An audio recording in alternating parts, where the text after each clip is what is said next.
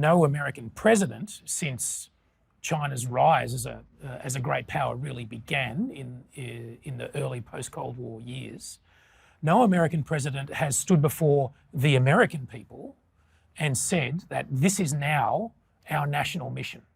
This is now the thing we devote the entire country to. And that's what it would take, right? In your introduction, you pointed to the fact that no other power or constellation of powers has ever approached 60% of American GDP.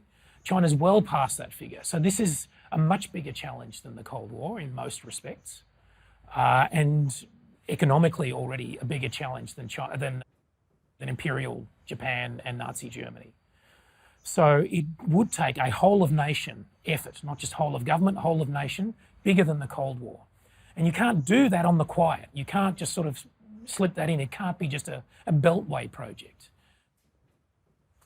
It has to be a whole of nation effort, and that starts with the American president saying to the public, listen, we've got to put our shoulders to the wheel and do this now. And none of them have done that so far.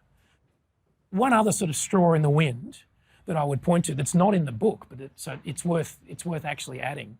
I wish I'd thought of it at the time, but it came to me much later. The intellectual environment in the US, to me, does not indicate that the United States is primed for a contest like this. It's not there in the popular culture. I don't see, just as one indicator, I don't see popular commentators like Joe Rogan obsessed with China. Mm. And the intellectual heft is not there either. So look, my bookshelves groan under the weight of American scholars, think tankers, political advisors, military analysts writing books about China. And the Foreign Affairs, which is the sort of in-house journal of the American foreign policy establishment, is chock full of articles about the China challenge and the China threat. But I don't see it coming from beyond that beltway crowd. I don't see David Brooks and Ross Douthat, just to name two, writing books about the China challenge. It doesn't resemble the Cold War in that respect, where Cold War liberalism was an entire, school of thought, an entire genre that developed in the Cold War. Samuel Moyn wrote a book about it recently.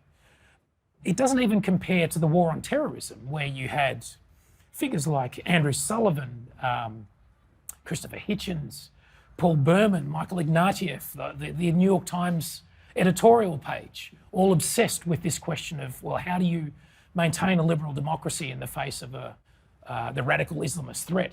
I don't see anything like that in the United States at the moment. Right. So the intellectual ferment is just not there to support the scale of the challenge that the governing class in America claims to be embarking upon.